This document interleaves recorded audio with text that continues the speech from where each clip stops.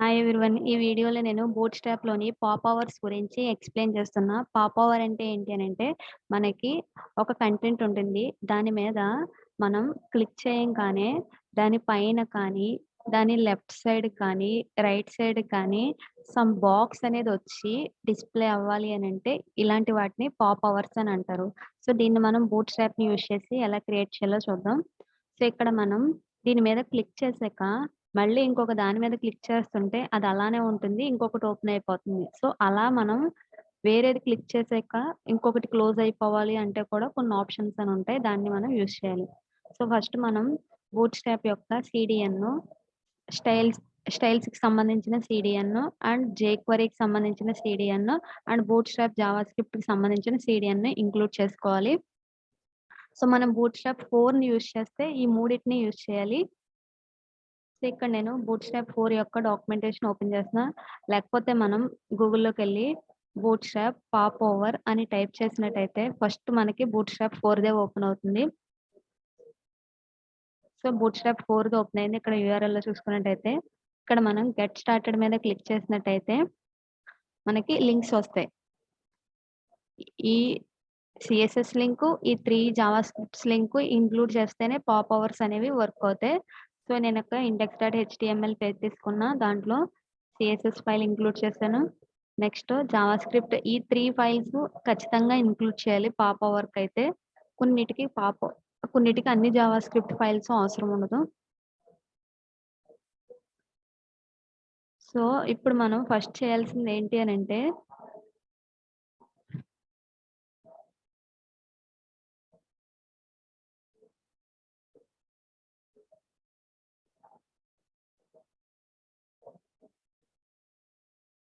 So, ఈ pop అవర్‌ని use చేయాలంటే మనం కొంచెం జావాస్క్రిప్ట్ కోడ్ అనేది ఆల్రెడీ వీళ్ళు డిఫైన్ చేసి ఉంచారు. దాన్ని మనం మన వెబ్ పేజ్‌లో ఇంక్లూడ్ చేయాలి. అదేంటి అనంటే ఈ ఫంక్షన్.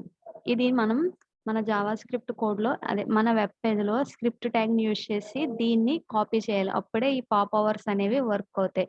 సో, దీని మీనింగ్ ఏంటి అనంటే మన డాక్యుమెంట్ ఎప్పుడైతే రెడీగా ఉంటుందో అప్పుడు ఈ పాప్ అవర్ అనేది స్టార్ట్ అవ్వాలి అని చెప్పి మనం చెప్తున్నట్టు. సో, ఇప్పుడు నేను ఇంకొక స్క్రిప్ట్ ట్యాగ్ తీసుకుంటున్నా. హెడ్ ట్యాగ్‌లో స్క్రిప్ట్ ట్యాగ్ తీసుకుంటున్నా. దానిలో ఈ కోడ్‌ని పెడుతున్నా. సో, ఇప్పుడు మనం పాప్ అవర్‌ని క్రియేట్ చేయాలి అనంటే ఒక డివ్ కానీ, బటన్ కానీ ఏదైనా తీసుకోవచ్చు. నేను ఒక బటన్ ట్యాగ్‌ని తీసుకుంటున్నా. ఆ బటన్ ట్యాగ్‌లో క్లాస్ బీటీఎన్ హైఫెన్ ప్రైమరీ అని ఇస్తున్నా. అండ్ దీంట్లో టెక్స్ట్ కంటెంట్ ఏమిస్తున్నాననంటే పాప్ ఓవర్ లెఫ్ట్ అని ఇస్తున్నా. లెఫ్ట్ సైడ్ ఓపెన్ అవుతుంది ఇది. సో, మనం పాప్ ఓవర్ అనేది యూజ్ చేయాలి అనంటే, మనం కొన్ని ప్రాపర్టీస్ అనేవి రాయాలి. దాంట్లో ఫస్ట్‌ది ఏంటి అనంటే డేటా టోగుల్. డేటా టోగుల్‌లో మనం డ్రాప్ డౌన్ అయితే డ్రాప్ డౌన్ అని, లేకపోతే పాపప్ అయితే పాపప్ అని ఇలా రాస్తాం. ఇది పాప్ ఓవర్ కాబట్టి data toggle is equal to pop over అని రాయాలి. సో, ఇవి ఫిక్స్‌డ్. మనం ఇవి ఇలానే యూజ్ చేయాలి. నెక్స్ట్ మనకి ఆ కంటెంట్ అనేది లెఫ్ట్ సైడ్ రావాలా? ఆ ఎలిమెంట్‌కి రైట్ సైడ్ కావాలా? బాటమ్ రావాలా? టాప్ రావాలా? చెప్పడానికి డేటా ప్లేస్‌మెంట్ అనే ఇంకొక అట్రిబ్యూట్ ఉంది. దాన్ని యూజ్ చేసి లెఫ్టా? రైటా? టాపా? బాటమా? మనకి 4 వాల్యూస్‌లో ఏదో ఒకటి ఇక్కడ రాసుకోవాలి. నేను ఫస్ట్ లెఫ్ట్ రాస్తున్నా. అండ్ ఇప్పుడు మనకి పాప్ ఓవర్ అంటే ఇక్కడ మనకేమొస్తుంది? సో, దీని మీద క్లిక్ చేయంగానే మనకి ఒక బాక్స్ వచ్చి దాంట్లో టైటిల్ వస్తుంది. కింద బాడీ వస్తుంది కదా! సో, టైటిల్‌కి టైటిల్ అనే అట్రిబ్యూట్ ఇవ్వాలి. So, title is equal to just pop over title అని రాస్తున్నా. నెక్స్ట్ కంటెంట్ రావాలి కదా! ఆ కంటెంట్ కోసం మనం ఇంకొక అట్రిబ్యూట్ అనేది యూజ్ చేయాలి. ఏంటి అనంటే డేటా బీఎస్ కంటెంట్. ఇదొక ప్రాపర్టీ. దీన్ని ఇలానే యూజ్ చేయాలి. దీని మీనింగ్ ఏంటి అనంటే దీంట్లో మనం ఏదైతే రాస్తామో అదే మనకి ఓపెన్ అవుతుందన్నమాట పాప్ ఓవర్‌లో కంటెంట్ కింద. సో, ఇక్కడ నేను జస్ట్ రాండమ్‌గా ఏదో ఒక టెక్స్ట్ రాసేస్తున్నా ప్రెజెంటు. వచ్చిన దాన్ని బట్టి మారుస్తున్నా. సో, ఇప్పుడు మనకి ఇలా వచ్చింది.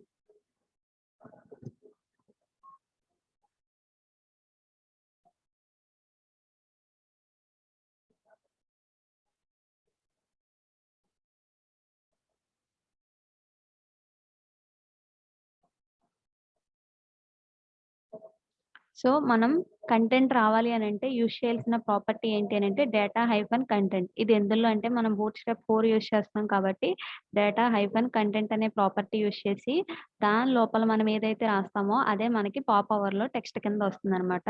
సో, ఇప్పుడు నేను ఒక శాంపుల్ టెక్స్ట్ తీసుకుంటున్నా. లోరమ్ టెక్స్ట్.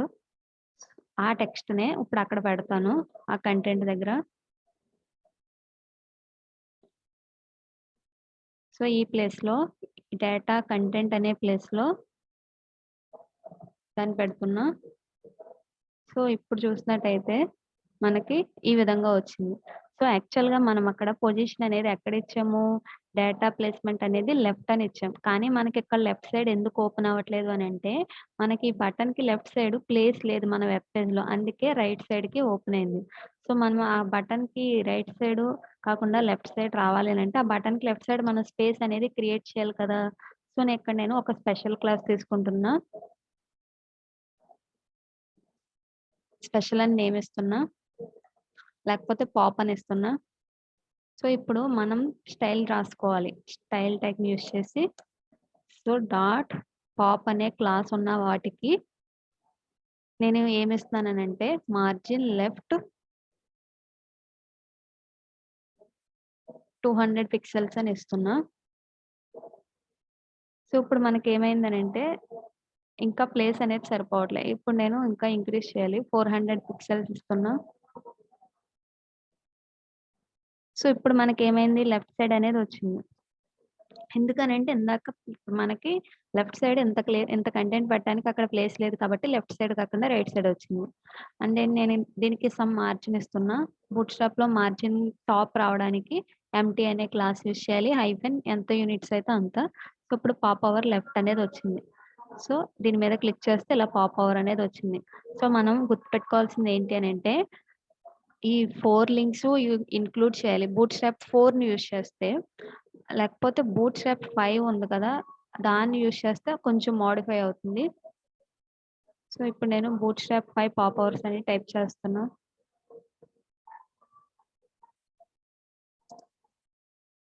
సో, ఇది బూట్‌స్ట్రాప్ 5 పాప్ అవర్ లింకు.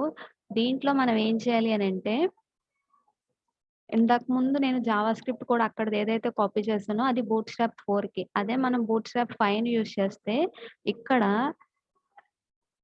మన వెబ్ పేజ్‌లో పాప్ అవర్స్ వర్క్ అవ్వాలి అనంటే, మనం ఒక స్క్రిప్ట్ ట్యాగ్ తీసుకొని దీన్ని ఇంక్లూడ్ చేయాలి.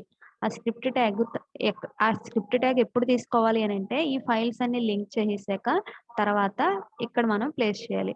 సో, నేను బూట్‌స్ట్రాప్ 4ని యూజ్ చేశాను కాబట్టి ఇది యూజ్ చేశా. అదే బూట్‌స్ట్రాప్ 5నైతే మనం ఈ కంటెంట్ అనేది ప్లేస్ చేయాలి. అండ్ దానికి దీనికి కొన్ని డిఫరెన్సెస్ అనేవి ఉంటాయి. సో, దాంట్లో మనం డేటా టోగుల్ అని ఇచ్చాం కదా! బూట్‌స్ట్రాప్ 4లో ఇక్కడ మనం డేటా బీఎస్ టోగుల్ అని ఇవ్వాలి. అండ్ డేటా బీఎస్ కంటెంట్ అని ఇవ్వాలి. అదే డిఫరెన్స్. రిమైనింగ్ అంతా ఒకటే. అండ్ మనం బూట్‌స్ట్రాప్ 5ని యూజ్ చేస్తే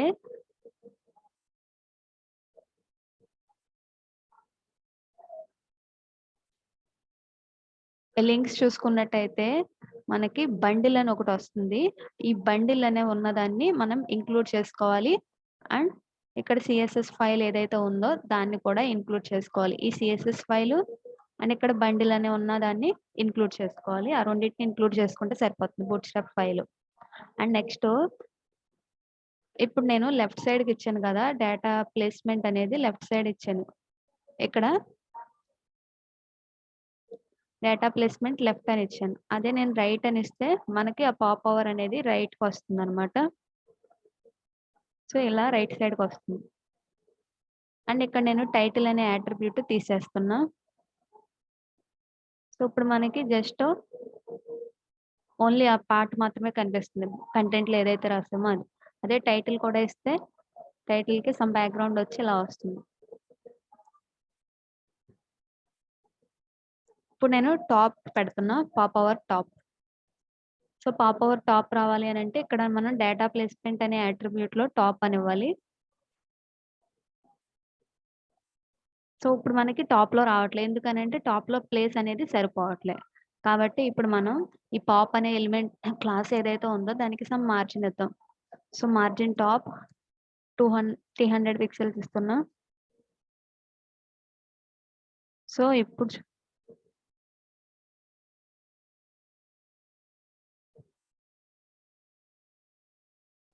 సో, ఇక్కడ ఆల్రెడీ మార్జిన్ నార్మల్‌గా ఇచ్చేసాం కదా! ఇన్‌లైన్‌లో అందుకు అది అప్లై అయింది. సో, ఇప్పుడు మనం చూసుకున్నట్టయితే టాప్‌లో వచ్చింది. So, top, left, bottom, right ఇలా మనం ఏ ప్లేస్‌లో కావాలి అనంటే అది మనం ఇక్కడ మెన్షన్ చేయాలి. డేటా ప్లేస్‌మెంట్ అనే అట్రిబ్యూట్‌లో. సో, ఇప్పుడు బాటమ్ అనేద్దాం. అండ్ ఇప్పుడు మనం ఈ పాప్ ఓవర్ అనేది ఓపెన్ అయినప్పుడు మనం ఇంకెక్కడ క్లిక్ చేసినా అది పోవట్లే. ఎందుకు పోవట్లేదనంటే ఇది ఒకసారి క్లిక్ చేశాక మళ్ళీ దీని మీద క్లిక్ చేస్తేనే బై డిఫాల్ట్ అది పోతుంది. కానీ మనం అది ఒకసారి క్లిక్ చేశాక మన వెబ్ పేజ్‌లో ఎక్కడ క్లిక్ చేసినా అది పోవాలి అనంటే మళ్ళీ మనం ఇంకొక అట్రిబ్యూట్‌ని యూజ్ చేయాలి. అదేంటి అనంటే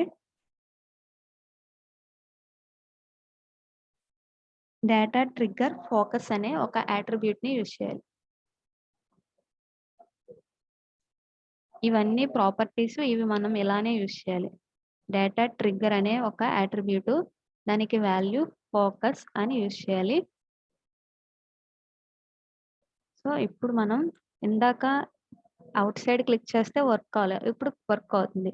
సో, ఇప్పుడు నేను ఏం చేస్తానంటే సేమ్ అలాంటిదే ఇంకొకటి తీసుకొని దానికి డేటా ట్రిగ్గర్ అనే అట్రిబ్యూట్ ఇవ్వను. సో, దీనికి డేటా ట్రిగ్గర్ అనే అట్రిబ్యూట్ ఇవ్వట్లేదు. అండ్ దీనికి పాప్ ఓవర్ టాప్ ఇస్తున్నా. దీనికి pop over bottom. So, 2 buttons తీసుకున్నాం కదా! సో, ఇప్పుడు దీని మీద క్లిక్ చేస్తాను.